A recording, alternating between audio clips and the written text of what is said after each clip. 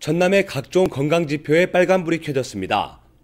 남성의 기대 수명은 전남이 전국 최하위, 마이너스 0.6에 가까울 만큼 건강 수준이 낮은 것으로 나타났습니다. 사망률도 마찬가지입니다. 건강이 악화돼 목숨을 잃게 되는 이른바 조사망률도 전남이 전국 최고 수준을 기록했습니다.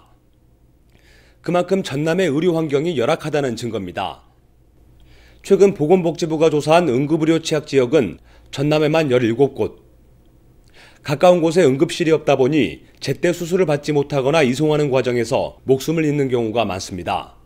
때문에 전남에선 의료 격차를 줄이기 위한 방안으로 최근 의과대학 설립에 대한 논의가 시작됐습니다.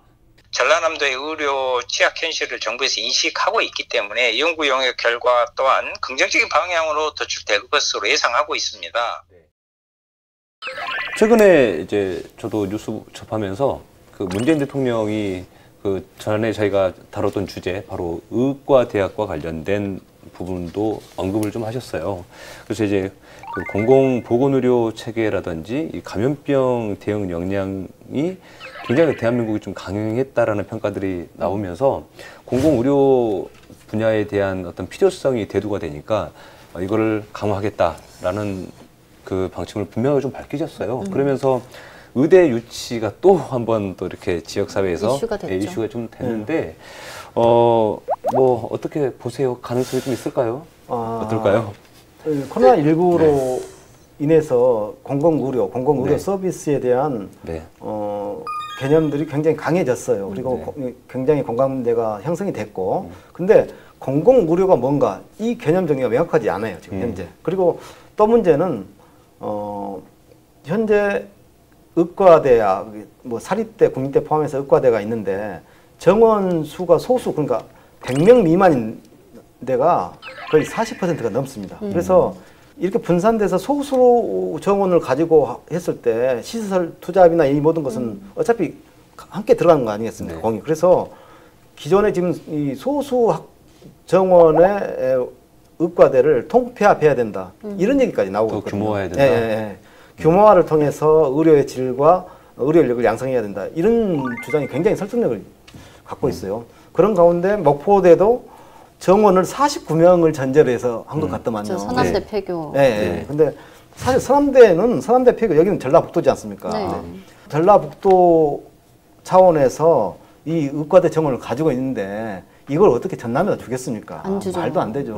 이거 상식적으로 말도 안 되고. 그래서 이게 대학의 입장에서 봤을 때는 네. 대학 경쟁력 확보라고도 볼 수 있겠고 지역사회 입장에서 봤을 때는 의료복지 확대라고 볼 수는 있겠죠. 네. 근데 이제 일반 대학에 의대하고 법대가 있어야 대학의 네임밸류가 높아지는 건 사실이잖아요. 대학이 폼이 나죠. 그렇죠, 그렇죠.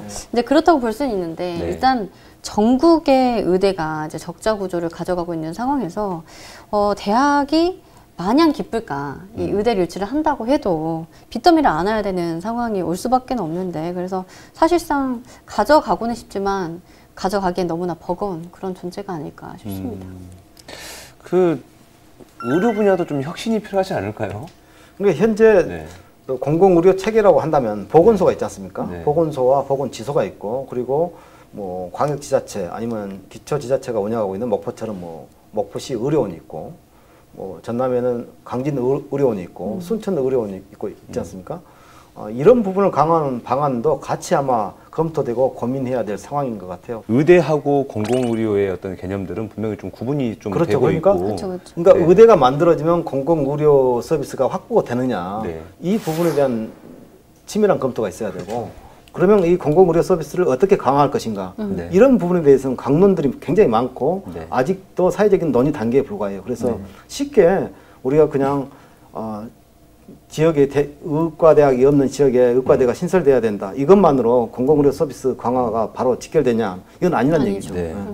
의대 유치 이게 결국은 이제 의료 수준이 높아져야 된다라는 차원에서 좀 접근해야 되지 않을까 싶어서 사실 이게 신중하게 접근해야 되는 문제인 것 같고요. 그렇지만 분명히 의대 유치에 대한 청신호가 켜졌다라고도 볼 수 있을 것 같긴 한데 동북권 분위기는 좀 어떻죠? 그렇죠. 이제 문재인 대통령이 언급을 했기 때문에 청신호라고 모두들 느끼실 것 같은데 민주당이 당 안에서 정말 세심하게 살펴봐야 될 사안이 아닐까 싶어요. 네. 전남하고 전북뿐만이 아니라 창원도 그렇고 전국적으로 의대 유치 공약을 내세운 당선자들이 너무나 많기 때문에 네. 그런데도 불구하고 이제 대한의사협회가 딴지를 걸지 않을 수준의 TO는 그 서남대 폐교 TO 그래서 49명 정도밖에 없잖아요. 그래서 문재인 대통령의 공약을 우리가 우리 지역에 유리하게 받아들이는 것처럼 다른 전국의 많은 지역들도 마찬가지로 유리하게 느끼고 계시지 않을까. 그래서 그렇죠. 괜히 의대 유치에 대한 기대감이 전국적으로 높아지고 있는 게 아닐까 하는 우려도 좀 있습니다. 창원 의대 설립 관련 법률안도 이번에 네. 이 20대 국회에서 계류돼 있었어요. 네. 근데 결국 그것도 함께 이제 폐기가 되는 거죠 지금. 네.